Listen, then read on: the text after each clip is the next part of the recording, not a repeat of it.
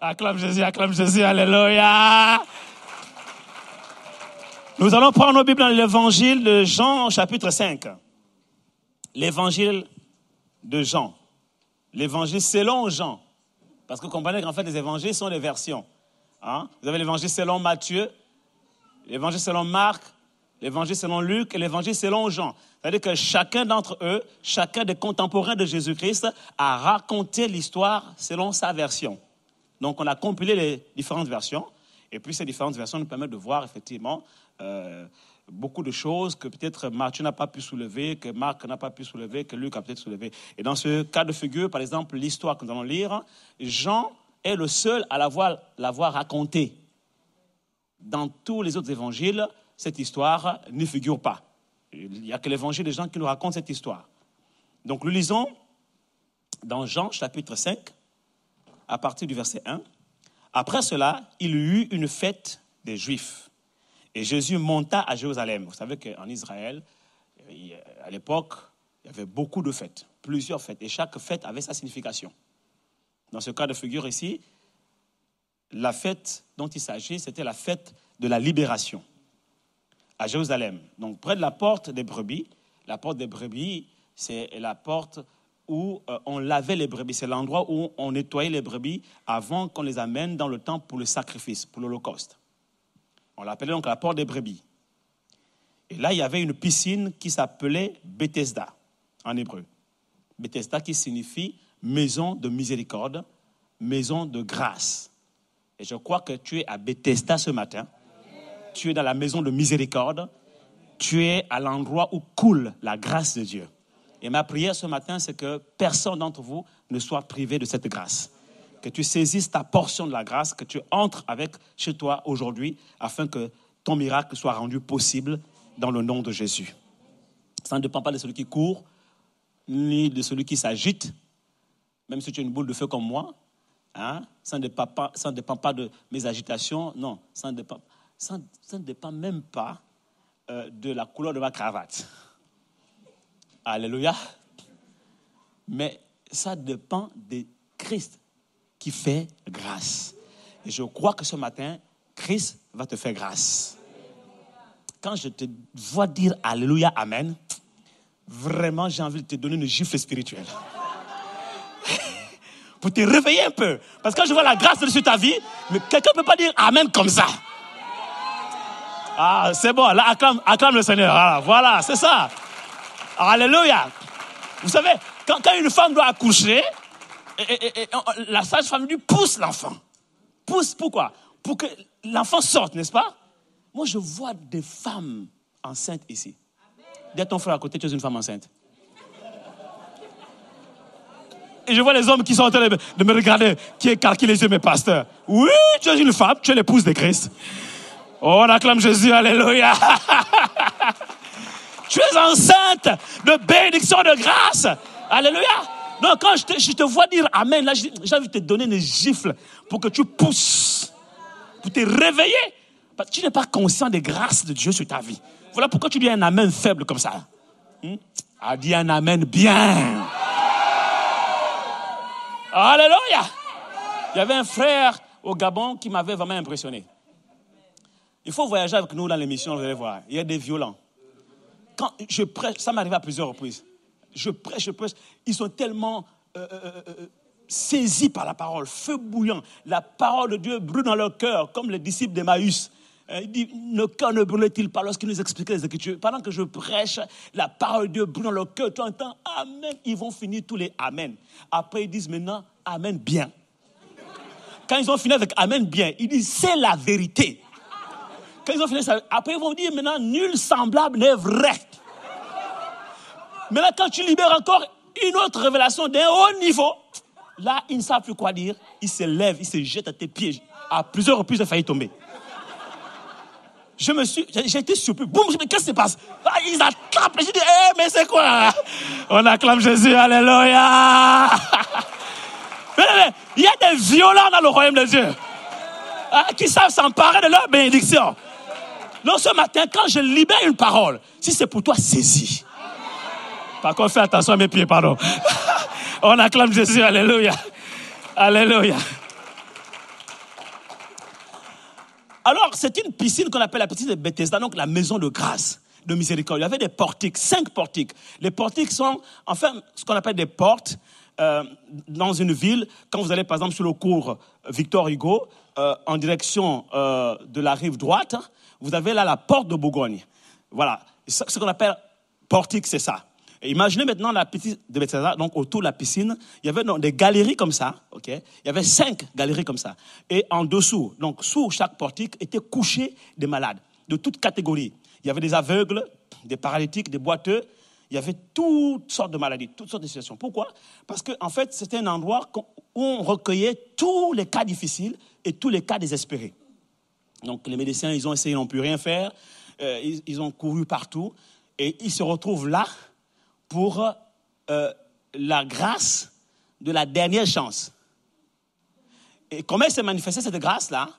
Elle se manifestait par le mouvement de l'eau. C'est-à-dire que de temps en temps, la Bible déclare que de temps en temps, un ange venait pour agiter l'eau. Donc au verset 4, on est ensemble, ok? On va reprendre à partir du verset 2. Donc, il y avait une piscine qui s'appelait Bethesda en hébreu et qui avait 5 portiques. Sous ces portiques étaient couchés en grand nombre des malades, des aveugles, des boiteux, des paralytiques qui attendaient le mouvement de l'eau. Car un ange descendait de temps en temps. Voyez-vous, de temps en temps. Donc, c'était aléatoire. Ce n'était pas quelque chose de garanti. Donc, même les malades qui étaient couchés au bord de la piscine, là, ne savaient pas s'ils allaient être guéris ou pas. C'était vraiment aléatoire. Mais ils étaient là quand même, désespérés, s'attendant à quelque chose, peut-être par hasard, ce sera leur tour d'être guéris. Et donc la Bible déclare que, on est au verset 4, le premier qui descendait, lorsque l'ange venait agiter l'eau, était guéri. Quelle que fût sa maladie. Là se trouvait un homme, au verset 5, malade depuis 38 ans. Jésus, l'ayant vu couché, et sachant qu'il était déjà malade depuis longtemps, lui dit, « Veux-tu être guéri ?» Le malade lui répondit, « Seigneur, je n'ai personne pour me jeter dans la piscine quand l'eau est agitée. Et pendant que j'y vais, donc il essaie comme de faire un effort, un autre descend avant moi, parce qu'il fallait descendre le premier. Si tu descendais, tu tombais dans l'eau, même si tu te retrouvais dans l'eau, tu pouvais ne pas être guéri.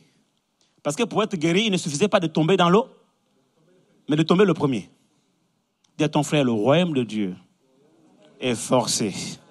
Ce sont les violents qui s'en emparent. Alléluia!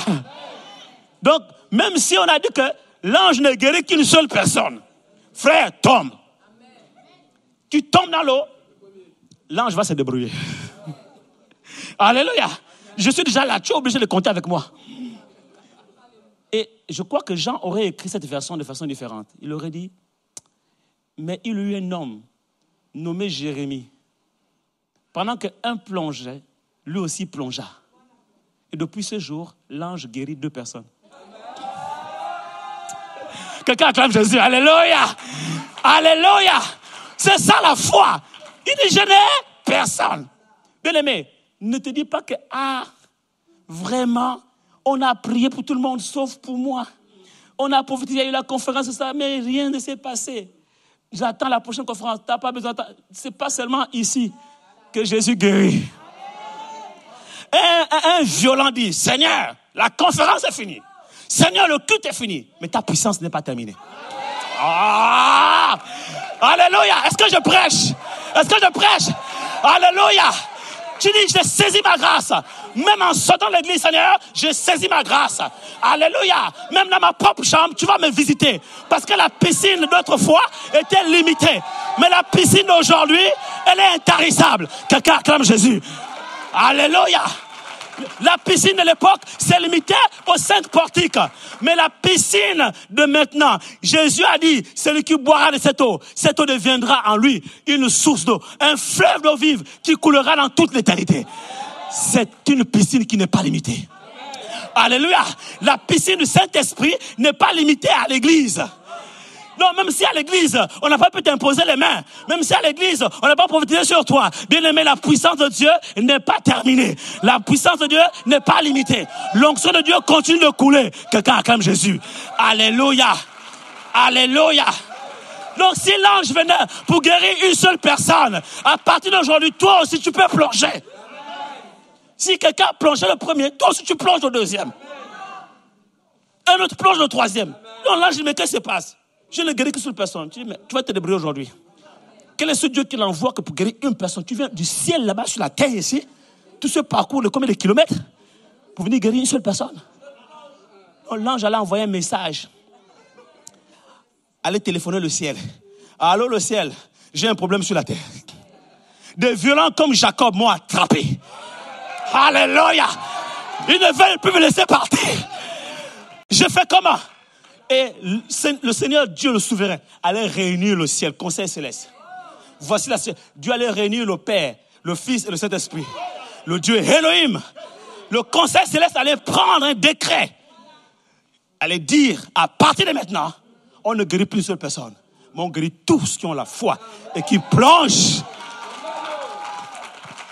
Alléluia. Dieu aime des hommes et des femmes qui changent la donne.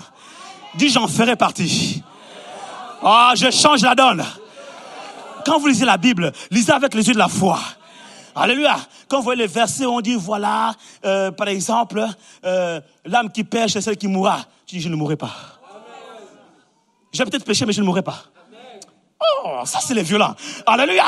Toi tu dis, je vais mourir parce que l'homme qui pêche, c'est le mourra. Ça c'était à l'époque. La nouvelle alliance. La Bible dit là où le péché abondait, la grâce surabonde. Quelqu'un acclame Jésus ici.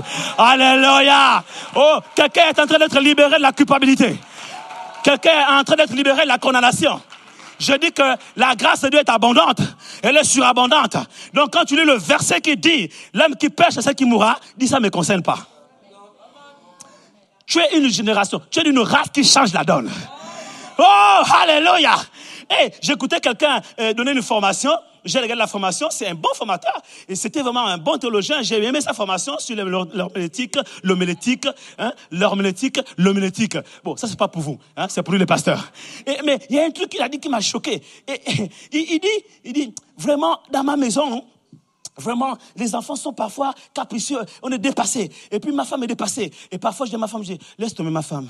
C'est normal. On a des païens dans la maison. Je dis, pas mes enfants. Je refuse. Oh, quelqu'un me dit, je refuse. Alléluia. Hey, ta perception détermine ta possession. Alléluia. Ce que tu vois, tu l'obtiens. Alléluia. Hey, si tu vois un ange, bien aimé, tu fais comme Jacob. Tu attrapes l'ange. L'ange te dit, moi je suis venu pour guérir une seule personne. Lui, il a plongé au premier. Tu dis quoi? Tu ne montes pas d'ici si tu m'es béni. Tu ne partiras pas avant de m'avoir béni. Donc là, je prends le iPhone spirituel. Il téléphone le ciel. Dieu prend un décret. Il dit, bon, c'est bon. À partir d'aujourd'hui, maintenant, on va guérir plus d'une personne. Dis à ton frère, tu es de la génération de ce qui change la donne.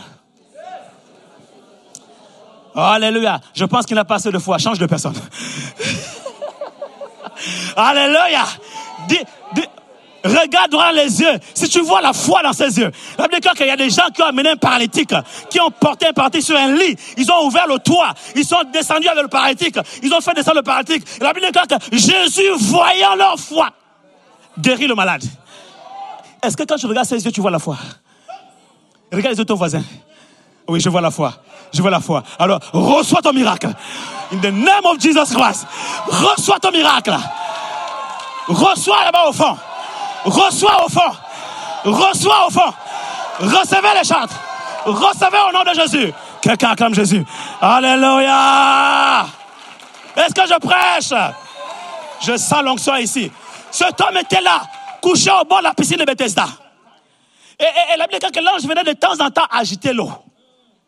L'ange ici signifie messager. Et un messager est un messager. Il apporte des messages. Gabriel était messager. Michael était messager. Donc, les anges sont des messagers. La Bible déclare qu'il fait de ses serviteurs des flammes de feu. Il fait de ses envoyés des messagers. De ces messagers des vents. Donc, Dieu applique aussi l'appellation de ange, le nom de ange, à ceux-là qu'il envoie. Les évangélistes sont des anges. Les apôtres sont des anges. Les pasteurs sont des anges. Les prophètes sont des anges. Les docteurs sont des anges. En face de vous, vous avez un ange. Oh, alléluia! Même s'il est coloré, en chocolat ou non pas noir, caramélisé. Mais c'est un ange. Je suis votre ange ce matin. Je vais vous annoncer des bonnes nouvelles. Mais quelle que soit la catégorie d'anges, les anges sont limités. Dites limités. Parce que les anges ne sont pas Dieu. Non, les malades qui étaient couchés sous les portiques de Bethesda dépendaient du mouvement des anges.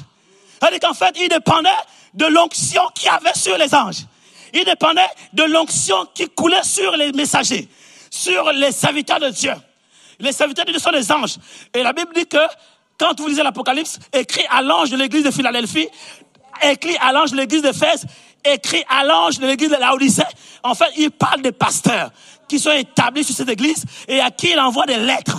Et il leur dit, voici ce que j'ai contre vous. Je connais vos œuvres. Si c'était vraiment les anges du ciel, il n'aurait pas dit, voici ce que j'ai contre vous. Parce que les anges du ciel n'ont pas de défaut. Donc quand il dit que voici ce que j'ai contre vous. Ah! Alléluia! Il est en train de parler des hommes. Et nous sommes les hommes. Nous sommes les anges humains. Et nous avons des défauts. Il voit nos œuvres, nos bonnes œuvres. Mais parfois, il peut dire, voici ce que j'ai contre toi. Il peut dire, écris à l'ange de l'église de Sive. Voici, j'ai vu tes œuvres. Oh, tu aimes le cœur, la présence de Dieu. Tu aimes la louange. Tu aimes l'adoration. Tu aimes louer Dieu. Tu aimes adorer Dieu. Tu aimes l'enseigner la parole. Et tu le fais bien. Cependant, voici ce que j'ai contre toi. Quelqu'un me comprend ici? Donc, tu peux être couché au bord de la piscine de Bethesda. Attends le mouvement des anges. Mais sache une chose. L'ange, peu importe sa taille, peu importe sa catégorie, peu importe sa puissance, restera limité. Il viendra, il va agiter l'eau. Dites agitation. Comme je suis en train de le faire ensemble, j'agite l'eau. Alléluia. Je suis en train d'agiter. Dites agitation. Ah, je ne te sens pas. Agitation, agitation. Quand il y a agitation, il y a un mouvement. Dites un mouvement. C'est pourquoi vous avez vu beaucoup d'anges défiler ici. Des États-Unis sont venus, du Canada, d'Afrique, de la France, de partout. Chacun est venu agiter son lot. Mais il y en a qui ont été guéris, d'autres n'ont pas été guéris. Ne te pose pas de questions. C'est normal. Alléluia. Parce que ce sont des anges humains. Ils sont limités dans leur niveau de révélation. Ils sont limités dans leur niveau de connaissance de la Bible. Ils connaissent en partie. Ils sont limités dans leur degré de prophétisation. Parce que nous prophétisons en partie. Alléluia. Ils sont limités dans leur capacité à vous aider. Parce qu'ils sont aussi gérés par le temps chronos. Donc ils peuvent essayer de faire, mais à un moment donné, ils sont fatigués, épuisés. Donc Jésus, quand il arrive, la première chose qu'il vient faire, c'est de venir mettre un terme à ce temps-là. Alléluia. Et les gens étaient couchés là, attendaient le mouvement de l'ange. Et quand l'ange arrivait, les gens couraient. Il y avait une organisation autour de la piscine de Bethesda. Parce qu'il y avait les paralytiques, les aveugles. Donc, il y en a qui étaient malins. Ils venaient avec leurs malades et ils restaient là à côté pour attendre le mouvement de l'ange. Ils disaient, bon, comme lui, il est paralytique, il ne peut pas courir. Un aveugle, il a ses pieds. Même s'il a les yeux fermés, il va courir au hasard. Il dit, voilà. Est-ce que vous savez que les aveugles ont plus de foi? Parce que, de toute façon, il ne perd rien. Donc, il fonce. À partir du moment où il a ses deux pieds, il fonce. Il suit le bruit. En tout cas, il suit ses sens. Quelqu'un me comprend ici?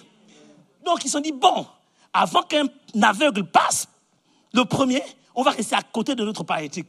Quand l'ange vient, on l'attrape. On court, on le jette en premier. Voilà pourquoi quand Jésus arrive et pose la question au paralytique qui était là depuis 38 ans.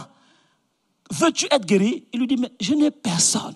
Parce que c'est ça qu'il a vu depuis qu'il a depuis 38 ans. Chacun venait avec son fils, son neveu, son cousin, c'est son oncle. Et puis, il y en a qui étaient organisés. Il y en a qui venaient même, en fait, pendant que l'autre venait porter sur des chevillières, d'autres venaient en Mercedes.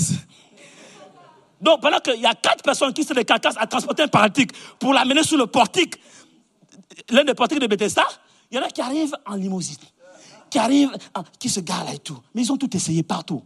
Aucun médecin n'a pu. Donc, leur argent ne peut rien faire. Donc, c'était la chance. C'était la dernière chance. Hein. C'était là qu'il fallait. Donc, ils venaient tous là. Donc, le monsieur a dit, hé! S'il était ivoirien, il a dit, hé! Comment on dit encore en Côte d'Ivoire là? Yako! Je n'ai personne, Jésus. Yako! Je les vois, ils viennent là. Mercedes se gare. Limousine se gare. Moi, il n'y a personne pour me prendre, pour me jeter. Yako! Si c'est un Congolais, il dit, bandana l'eau. N'est-ce pas? Acclame Jésus, alléluia. Hein?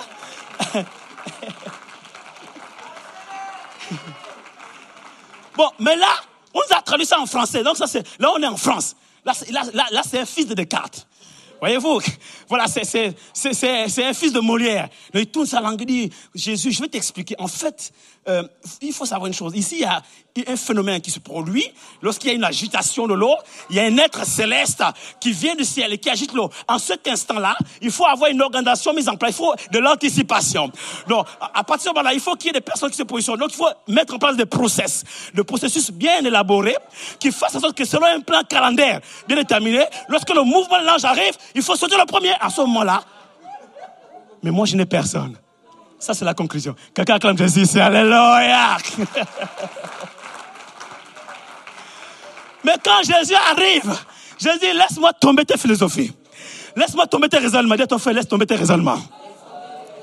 Parce que Jésus n'est pas un ange. Alléluia. Jésus n'est pas un ange. Dis, Jésus n'est pas un ange. L'ange est limité. Mais Jésus n'est pas limité. Si l'ange vient pour guérir qu'une seule personne, Jésus ne vient pas guérir une seule personne.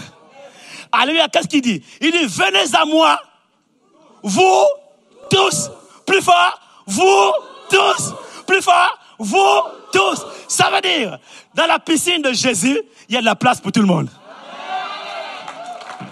Acclame Jésus, alléluia, alléluia.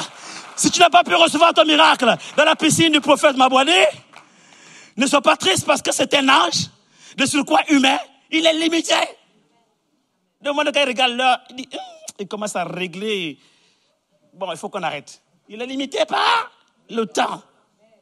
Il est limité aussi par l'espace parce que quand il bouge comme c'est une boule de feu, ça commence à chauffer là, il transpire. Il faut lui changer les cravates. On acclame Jésus, alléluia.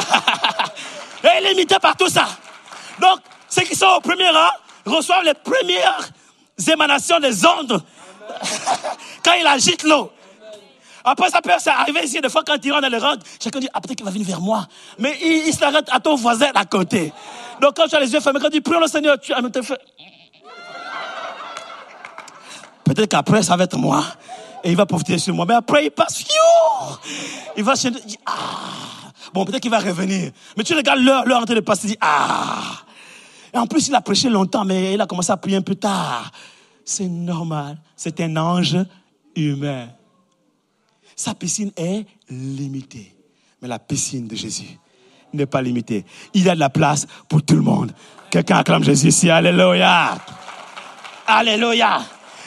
Et cette piscine est un fleuve qui coule jusque dans toute l'éternité. C'est un fleuve qui ne coule pas qu'à l'église, qui ne coule pas que quand le pasteur prêche, qui ne coule pas que quand il prophétise. Non, qui coule partout où tu es. C'est un fleuve qui est en toi. Il dit des fleuves d'eau vive couleront dans son sein. À l'intérieur de lui. Donc c'est un fleuve que tu transportes. Tu n'as plus besoin de te coucher au bord. Alléluia. Il t'a libéré de la dépendance. Il t'a libéré de l'esclavage. 38 ans, couché au bord. C'est-à-dire que cet homme-là ne pouvait même pas aller au travail. Il ne pouvait même pas se marier. Il ne pouvait même pas avoir d'enfant. Toute sa vie, la moitié de sa vie, il a passé au bord d'une piscine en train d'attendre une guérison. My God. Donc Jésus est venu le libérer d'une sorte d'esclavage. Voilà pourquoi l'événement, ce miracle se produit à la fête des Juifs appelée fête de la libération. Jésus est venu pour libérer cet homme de l'esclavage, de la maladie, de la dépendance des hommes et du mouvement des anges. Alléluia! Oh, quelle grâce nous avons d'avoir part à l'héritage des saints en Christ Jésus. Parce que la nouvelle alliance en Christ Jésus est une alliance parfaite. Ah là, dans cette histoire-là, on n'est pas encore rentré dans la nouvelle alliance. On est encore dans l'ancienne alliance. Mais nous sommes dans une phase transitoire entre l'Ancien Testament et le Nouveau Testament. Donc il y a une préfiguration de l'ombre des choses à venir. Et Jésus est en train de ici poser un acte prophétique par rapport à ce qui devait se passer à partir du moment où il devait mourir à la croix. Dorénavant, après sa mort à la croix, après avoir pris nos péchés, porté à la croix, après avoir pris nos maladies, nos douleurs et cloué cela à la croix, après avoir été meurtri pour nous, après avoir été flagellé pour nous, la Bible déclare que qui a cru à ce qui a été annoncé, qui a reconnu le bras de l'Éternel, il s'est levé devant nous comme une faible plante, comme un rejeton qui sont d'une terre desséchée. Il n'avait ni beauté ni éclat pour attirer nos regards. Et son aspect n'avait rien pour nous plaire. Oh, homme de douleur habitué à la souffrance, semblable à celui dont de tout le visage. Nous ne l'avons pas considéré. Nous n'avons fait de lui aucun cas. Cependant, ce sont nos péchés qu'il a portés. Il s'est chargé de nos douleurs. Nos transgressions, il a pris sur lui. Nos malédictions, il a pris sur lui. Et par ses meurtrissures, nous avons été guéris. Maya Shakarababa. Ce n'est plus un ange qui vient te guérir. Non, ce n'est plus le mouvement temporaire d'un ange. Mais là, ce sont les meurtrissures de Jésus à la croix.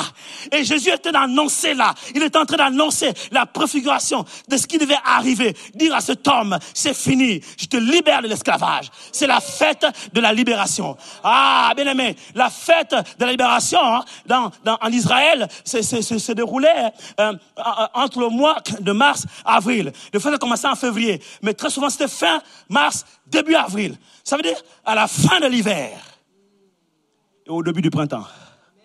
Jésus se présente dans ta vie. Oh my God! Alléluia!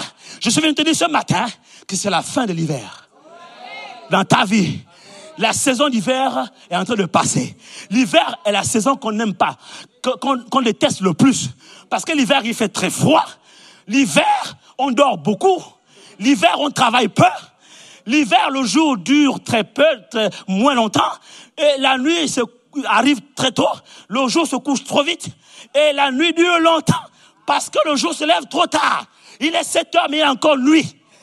Tu vas à l'arrêt de tram, il est nuit. Quelqu'un me comprend ici? Cependant, il est déjà 7 heures. Donc, la nuit signifie quoi? La nuit signifie les épreuves. La nuit signifie la souffrance, la maladie, les difficultés. Je ne sais pas combien de temps ta nuit dure. Depuis combien de temps elle dure? Tu es peut-être en plein hiver. Et pour cet homme, son hiver a duré 38 ans. C'est-à-dire que ses souffrances ont duré 38 ans. Quelqu'un me comprend ici? Mais quelle que soit la durée de l'hiver, l'hiver aura toujours une fin. Alléluia! Ah! Bien aimé, l'hiver passera. Parce qu'il faut que la loi, le cycle de saison soit respecté. Il faut que l'hiver finisse, que l'hiver passe pour laisser place au printemps. Alléluia! Oh, le printemps, c'est la meilleure des saisons. Je prophétise que l'hiver passe dans ta vie et que le printemps arrive. Ce matin, c'est ton printemps. Cette semaine, c'est ton printemps. Ce mois-ci, c'est ton printemps. Cette année 2015 est ton printemps. Quelqu'un m'a pas compris ici. Frère Guillermo, quelqu'un m'a pas encore compris. Je prophétise sur la vie de quelqu'un que l'hiver de ton célibat est passé. L'hiver de ton chômage est en train de se terminer. Oh, je vais partir ici parce que je crois qu'ils sont plus motivés. Je viens prophétiser chez vous que l'hiver de votre maladie s'achève. L'hiver de ton chômage est terminé. Je sens que là-bas la foi est en train de monter. Alléluia. Je déclare maintenant que l'hiver est terminé. Le printemps de ta libération arrive. Ce matin, c'est ton printemps au nom de Jésus. Là-bas, c'est en train de monter encore plus. Je déclare ici que maintenant, la fête de la libération, Jésus te visite. Au nom de Jésus, ton hiver passe. Et tu rentres dans ton plein temps. Dans ton printemps. Le printemps de ta bénédiction. Le printemps de ta guérison. Le printemps de ta promotion. Le printemps de ta prospérité. Le printemps de ta bénédiction financière. Le printemps de ta guérison. Quelqu'un ici acclame Jésus. Au nom de Jésus. Alléluia.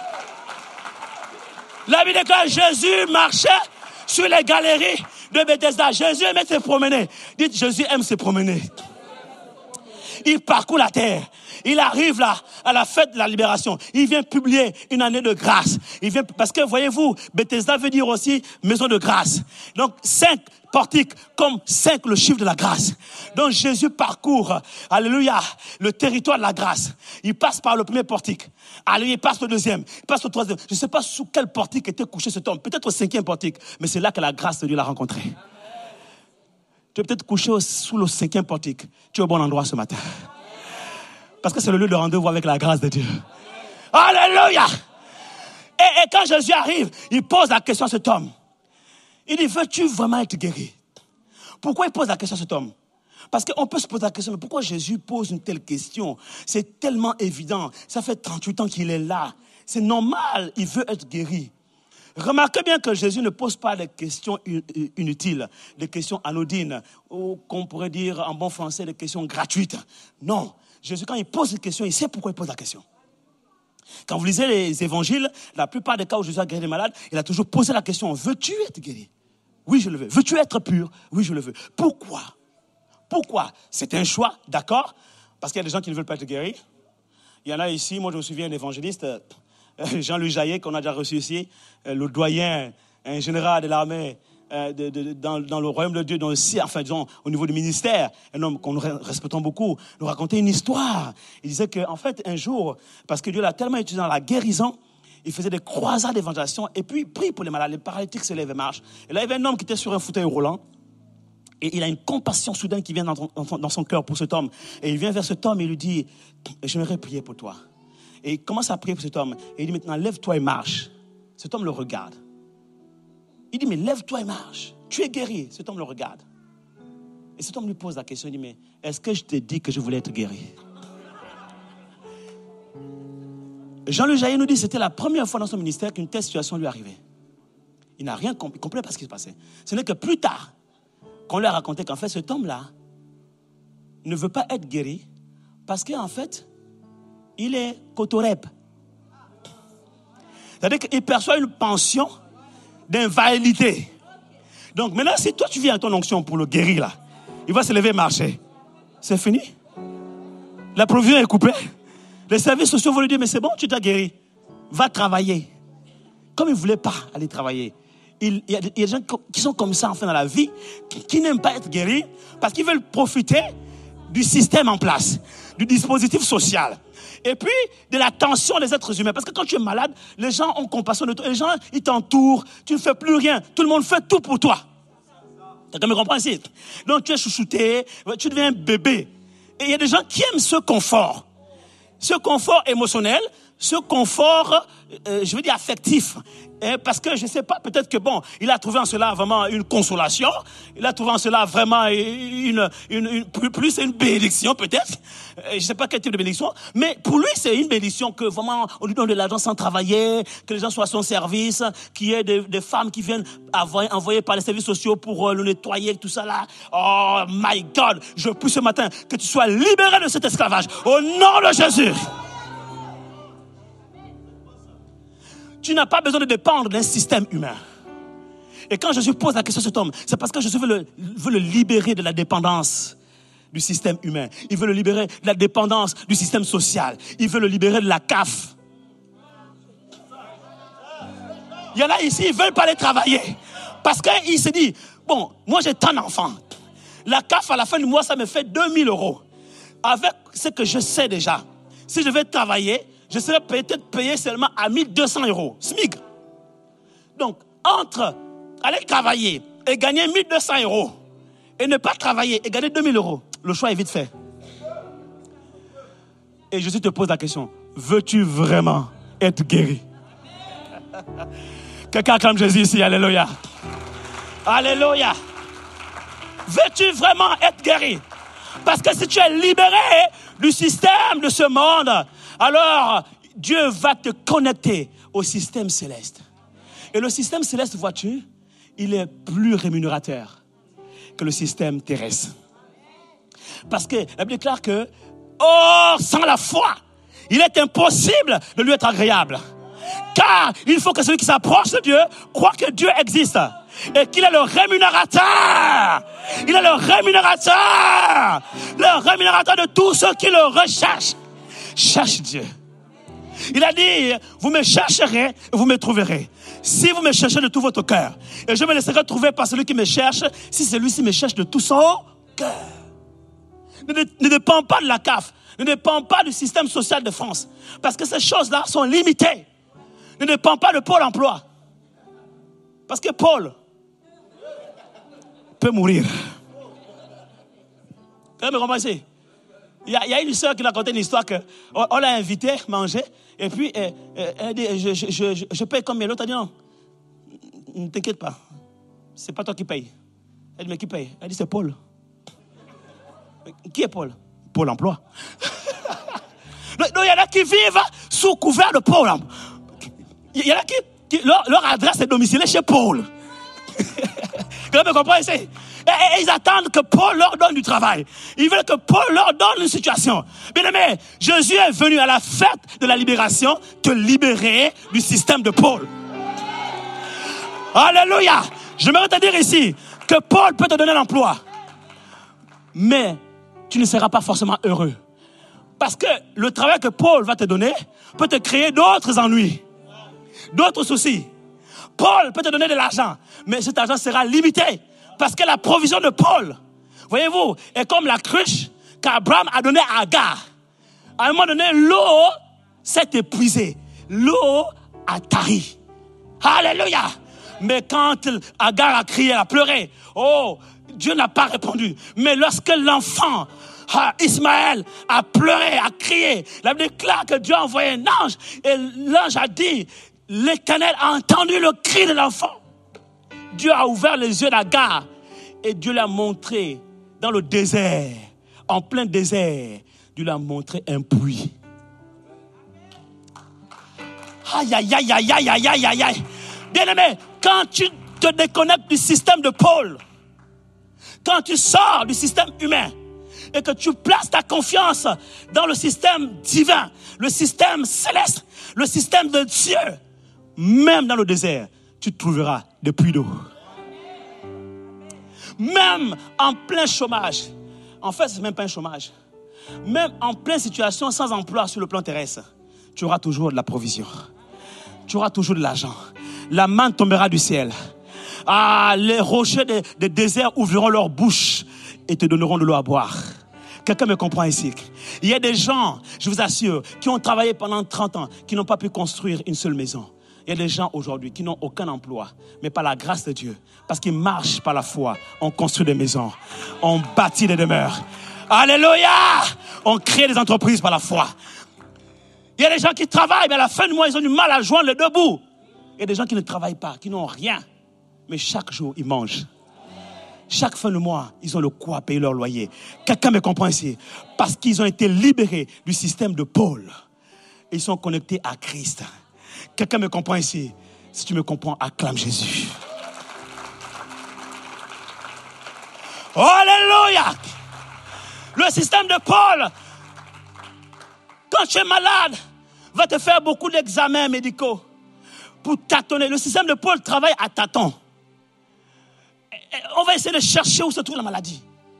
Ça peut prendre des semaines, ça peut prendre des mois, même des années. Mais aussi longtemps que tu seras connecté à ce système, tu dépendras d'un système aléatoire. Parce que l'ange venait de temps en temps agiter l'eau, de temps en temps. Non, parfois ça marche, parfois ça ne marche pas. Quelqu'un me comprend ici? Le même médecin, en face de deux malades, atteignent la même maladie, va donner le même diagnostic, le même traitement. Il y a un malade qui sera guéri, l'autre ne sera pas. Pourquoi? Parce que c'est Paul, c'est l'ange qui vient agiter l'eau. C'est un mouvement ponctuel, aléatoire, sporadique. Ce n'est pas certain. Quelqu'un me comprend ici? Et il était là 38 ans, il dépendait de ce système. Il dépendait de ça. Et Jésus est venu à la fête de la libération. Oh, sous les 5 portiques, le lieu de la grâce, Bethesda, la miséricorde. Jésus a vu sa misère. C'est ça la miséricorde. Miséricorde, ça veut dire que Jésus voit ta misère et il t'étend une corde. Alléluia. Et il est venu acclame ton Dieu, alléluia. Et il est venu là, sous ces portiques de Bethesda. Et c'était un rendez-vous à la grâce de Dieu. Jésus l'a libéré du système de Paul, l'a libéré du mouvement des anges, l'a libéré de la dépendance aux prophètes, la dépendance aux pasteurs, la dépendance à l'onction de l'évangéliste, des orateurs qui arrivent, des conférences. Oh, il y a eu tellement d'agitation ici, tellement de mouvements, conférence des aigles, conférence politique fin d'année, conférence des femmes, ça arrive bientôt là. Il y a tellement de mouvements, mais tu as l'impression qu'à chaque mouvement, il y a que les autres qui plongent, et toi, tu es toujours la même personne. Oh, j'ai une bonne nouvelle pour toi aujourd'hui. Il est venu ce matin te libérer du système de l'homme. Alléluia! Pour te connecter à lui-même. Je suis en train de te dire, le titre de mon message, c'est la rencontre de Bethesda. Il y a eu une rencontre qui a changé la vie d'un homme. Sous les portiques de Bethesda. Cet homme, on ne connaît pas son nom. Pourquoi la Bible ne précise pas son nom? Parce que cet homme, ça peut être toi aujourd'hui. Donc tu peux mettre ton nom à la place. Quelqu'un me comprend ici? Afin que tu te sentes concerné toi-même par ce message. Voilà pourquoi la Bible ne précise pas son nom. La Bible dit seulement que cet homme était là, comme tu es là depuis longtemps. Il était là depuis 38 ans. 38 ans signifie la durée de sa souffrance. Peut-être que ça fait longtemps que tu souffres, mais j'ai une bonne nouvelle pour toi. Quelle que soit la durée d'une souffrance, la souffrance a toujours une fin.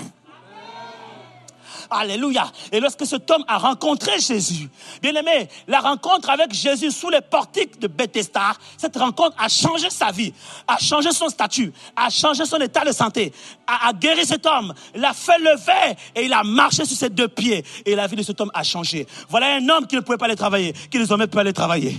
Un homme qui avait perdu espoir, qui était marginalisé, qui ne pouvait même pas espérer un jour épouser une femme. Maintenant, il peut se marier. Il n'espère même pas avoir d'enfants. Maintenant, il peut espérer avoir des enfants. Il est venu pour donner de l'espoir. C'est pourquoi quand il descend du désert, revêtu de la puissance du Saint-Esprit, il rentre dans le temple, il ouvre le livre, la Torah. Et quand il ouvre, il tombe sur le prophète Ésaïe. Et il déclare ces paroles. L'Esprit du Seigneur est sur moi. Il m'a oué. Alléluia. Il m'a oué pour annoncer une bonne nouvelle aux pauvres.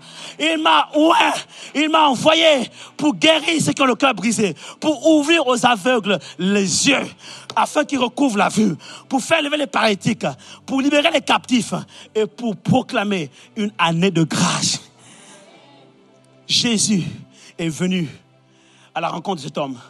Et quand cet homme a rencontré Jésus, c'était pour lui l'année de grâce qui a changé sa vie. Il y a eu un changement de saison. Il est passé de l'hiver au printemps. Je déclare sur ta vie qu'il y a un changement de saison maintenant. Il y a un changement de saison maintenant. Il y a un basculement. Dites basculement. Il y a des choses qui basculent maintenant dans ta vie. Alléluia, il y a un changement. Là où les choses étaient bloquées, je sens comme un craquement. Les portes sont en train de craquer. Alléluia.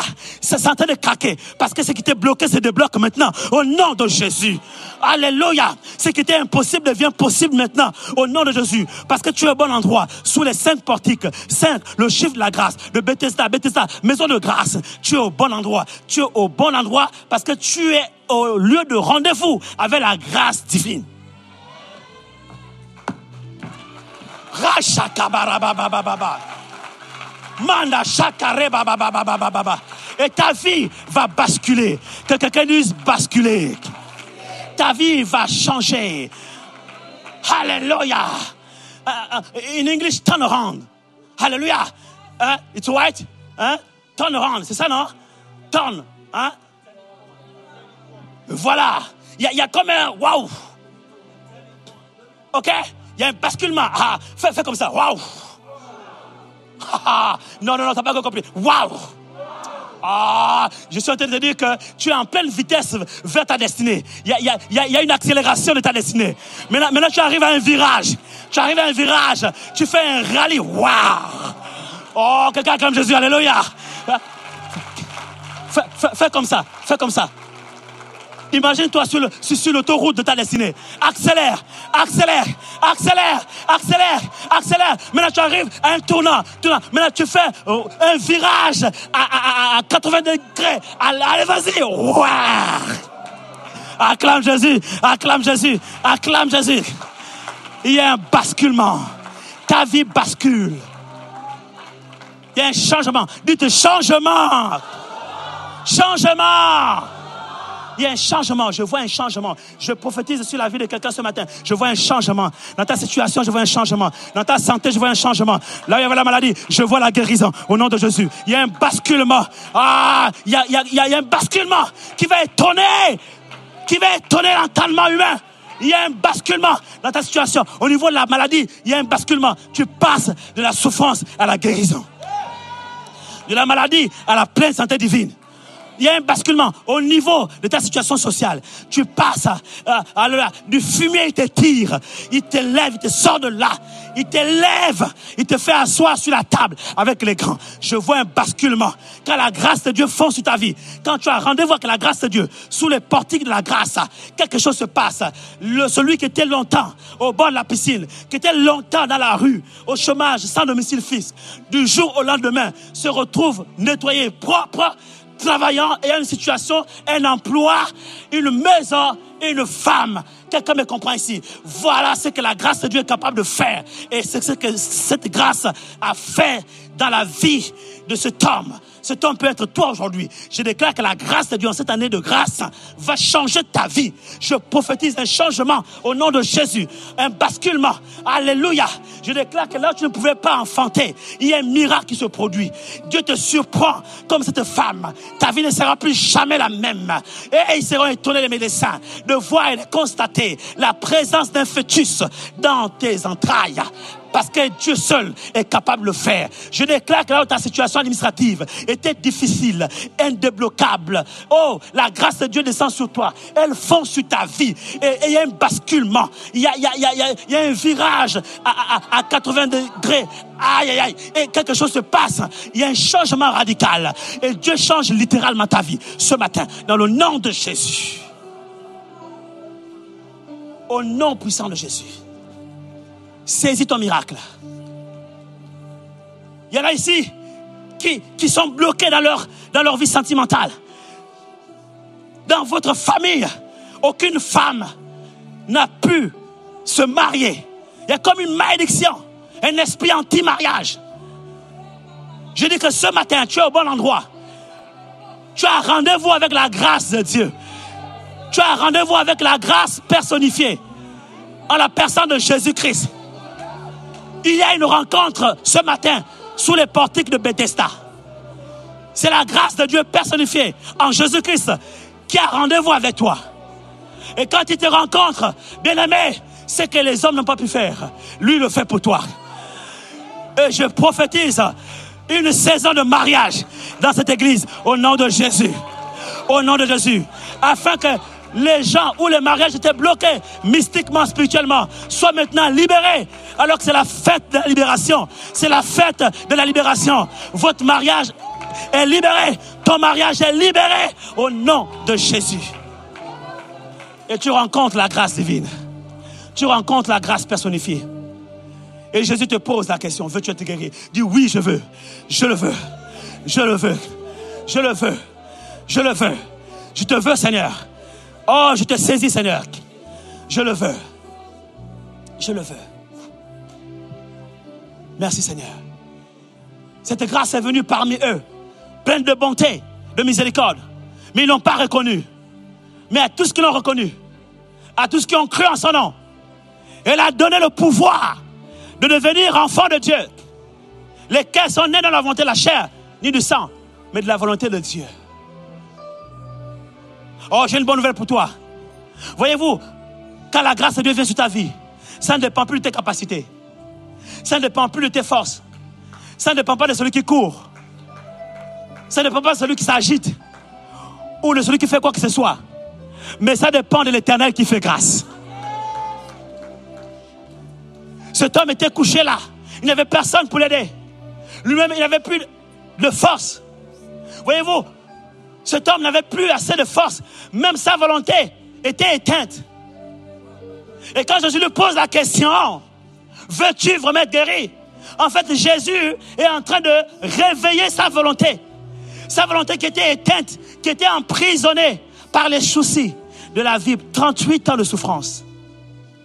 Sa volonté était emprisonnée par son passé douloureux. Et son cœur était comme des épines, des ronces, de tristesse, de crainte, de peur, de doute, d'angoisse, de frayeur, d'incrédulité même. Son cœur ressemblait à cette terre épineuse où il y avait peut-être la colère envers les gens qui ont été à l'origine de sa situation. Peut-être que cet homme-là n'est pas né paralytique. Peut-être que c'était un accident. Et dans son cœur, il y avait donc comme des épines, de la rancœur envers les personnes qui ont été à l'origine de cet accident. Et Jésus lui pose la question, veux-tu être guéri? En fait, Jésus veut libérer sa volonté. Parce que voyez-vous, la volonté de l'homme est le premier niveau de la foi. Et quand Jésus veut libérer la foi dans la vie de quelqu'un, il libère d'abord sa volonté. Mais la volonté de cet homme était emprisonnée par les épines, les ronces. Voyez-vous, la volonté, la foi est comme une graine. Et quand la graine tombe sur une terre, si elle est épineuse par les colères, les rancœurs, le manque de pardon, par l'esprit de vengeance, ah Seigneur, guéris-moi afin qu'il voie, qu'il sache. Guéris-moi afin que mes ennemis soient confondus. Non, il faut que Jésus te libère d'abord. Il libère ton cœur de ces sentiments, de ces épines. Une fois ta volonté libérée, alors tu peux dire, oui, je le veux. Quand Jésus te pose la question, tu veux m'être guéri? Si ton cœur est maintenant libéré, là tu peux répondre, oui, je le veux. Et quand ta volonté est libérée, la Bible déclare que cet homme, ce qu'il ne pouvait pas faire depuis 38 ans, à l'instant même, il se tint sur ses deux pieds, ferme, il prit son lit, se leva et marcha. Lorsque la grâce de Dieu fond sur ta vie, lorsque la grâce de Dieu descend sur toi, la grâce de Dieu rend possible ce qui était impossible autrefois. La grâce de Dieu libère ta volonté des épines, des ronces qui ont emprisonné ta volonté dans ton cœur. La grâce de Dieu relâche la foi en toi. Les choses que tu ne pouvais pas croire ou auxquelles tu croyais difficilement, soudainement, tu ressens la foi dans ton cœur et la conviction, la force de croire que c'est possible. Acclame ton Dieu. Acclame, oui. Tant qu'à faire, acclame plus fort. Alléluia.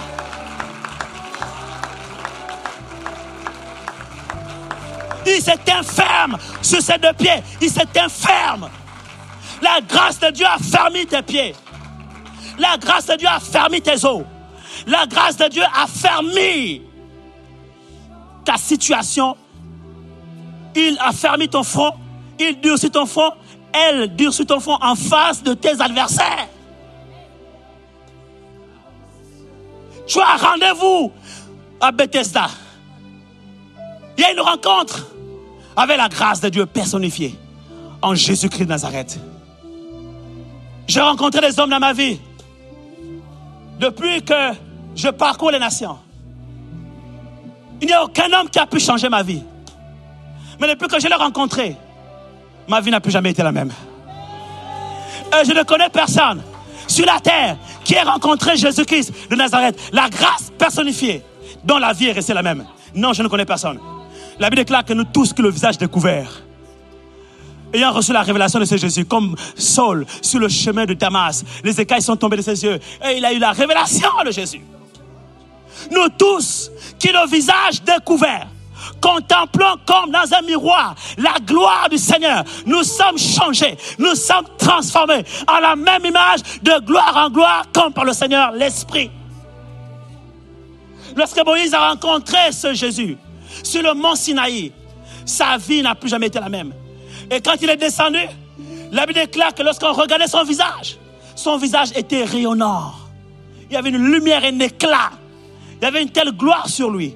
Oh, je ne connais personne sur la terre qui ait rencontré ce Jésus et qui n'ait pas vu sa vie changer. Je l'ai rencontré et ma vie a changé. Tu l'as rencontré et ta vie a changé. Peut-être que tu ne l'as pas encore rencontré. J'ai une bonne nouvelle pour toi. Tu peux le rencontrer ce matin. Tu peux le rencontrer ce soir. Tu peux le rencontrer aujourd'hui. Et je te garantis que ta vie ne sera plus jamais la même. Quelqu'un ici acclame Jésus. Quelqu'un ici acclame Jésus. Alléluia.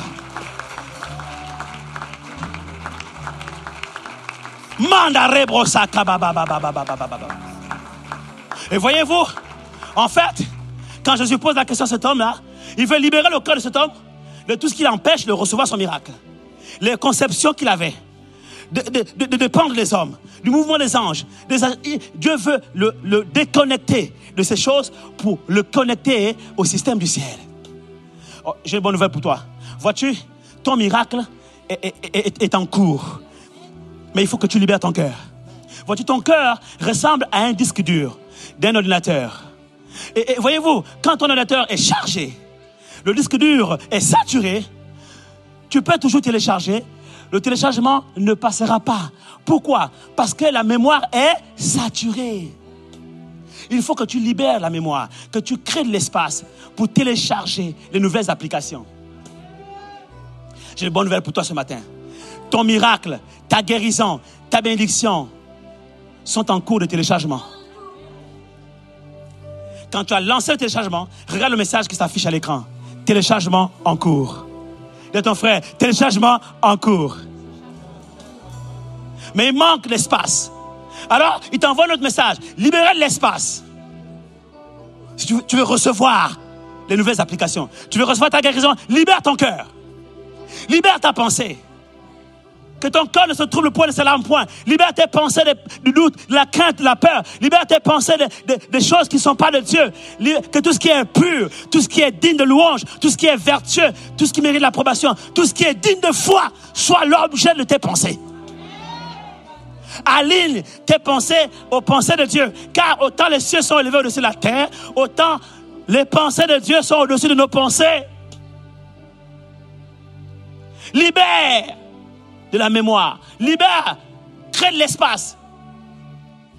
Et lorsque tu libères la mémoire, tu crées l'espace, le téléchargement devient possible. Alors l'ordinateur, le computer télécharge de nouvelles applications. Et à la fin, il t'affiche un message. Téléchargement terminé. Vous pouvez redémarrer votre ordinateur. Quelqu'un ici acclame le Seigneur. Alléluia. Alléluia. J'ai une bonne nouvelle pour toi ce matin. Le téléchargement est en cours. Oh, j'ai une bonne nouvelle pour toi. Si tu libères ton cœur de toutes les épines et les ronces, le téléchargement sera rendu possible. Et je vois un message qui s'affiche sur la vie de quelqu'un. Devant l'écran de sa vie, je vois un message. Téléchargement terminé. Tu peux redémarrer ton ordinateur. Tu peux repartir à zéro avec Jésus. Tu peux renaître de nouveau. Tu peux tout recommencer. Balayer ta vie passée et repartir à zéro avec Jésus. Même si ça fait 15 ans que tu viens à l'église, tu peux repartir à zéro avec Jésus. Tu peux recommencer à zéro. Tu peux renouveler ton alliance avec lui. Tu peux restaurer ta relation personnelle avec lui. Oh, souviens-toi de ton premier amour pour le Seigneur. Oh, pense là où tu es tombé et repens-toi et reprends, repratique tes premières œuvres. Je prie que le feu de l'esprit qui a animé ton esprit, ton cœur autrefois, depuis le temps de ta conversion, que ce feu soit réavivé en toi. Que tu sois brûlant pour le Seigneur, brûlant d'amour pour Jésus. Oh, brûlant de zèle pour sa maison, brûlant de zèle pour l'évangile. Oh, cet homme est allé, après sa guérison, il est parti. Même les scribes et les pharisiens étaient étonnés de le voir guéri. Ils ont dit, mais c'est pas possible. Ne sais-tu pas que c'est le sabbat qui t'a dit de prendre ton lit et de marcher? Il dit, je ne sais pas. J'ai vu un homme simplement. Et il ne savait même pas qu'il était guéri. Alléluia. Je dis que Dieu va te surprendre. Alléluia. Tu vas te surprendre en train de marcher. Et tu seras étonné. Et les gens qui sont autour de toi seront surpris de te voir marcher. Depuis 38 ans, tu ne pourrais pas le faire. Bien-aimé, Dieu va te surprendre. Téléchargement terminé. Vous pouvez démarrer votre ordinateur. Dis à ton frère, téléchargement terminé. Dis à une deuxième personne, téléchargement terminé. Tu peux redémarrer ton ordinateur. Parce que, vois-tu, une nouvelle saison s'ouvre devant toi. Un nouvel horizon s'ouvre devant toi. Ah, dans le désert, il y a un horizon qui se pointe sous tes yeux. Un nouvel horizon se pointe. Alléluia. Il ne considère plus ce qui est ancien. Ne regarde plus aux événements passés. Car voici une chose nouvelle est sur le point d'arriver. Et tu la connaîtras, ma soeur. Tu la connaîtras, maman. Amen. Tu as beaucoup prié pour ta fille. Prépare-toi. Ta fille va bientôt se marier. Redémarre. Computer. Redémarre. Téléchargement terminé. Tu peux redémarrer l'ordinateur.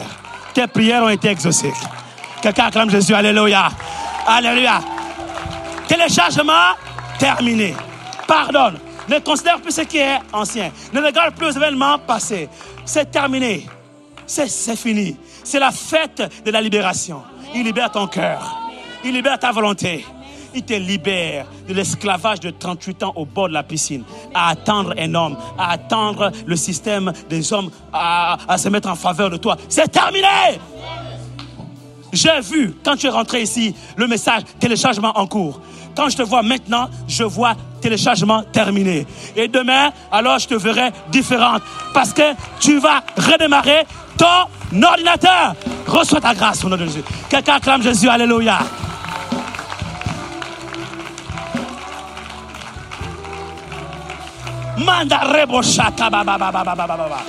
Je vois des changements. Je vois des basculements de situation. Je vois une nouvelle saison. Lève-toi. Lève-toi. Chante ce chant. Il change. Quand tu le chantes, chante-le avec foi. De façon prophétique. Tu changes. Toutes choses, oui. Tu changes. Toutes choses. Et avec toi, je veux avancer. Come on, come on, come on. Tu changes toutes choses. Tu changes toutes choses. Et avec toi, je veux avancer. Confesse ces paroles avec conviction de cœur. Oh oui, tu changes. Tu changes toutes choses. Manda rebrocha kataraba baba baba baba. Erebroshika naraba baba baba baba baba. Maya reboshika mama mama mama. Erebosha kataraba baba. Ayaba shakataraba baba. Kora, oh oui, tu changes. Tu changes toutes choses. Come on.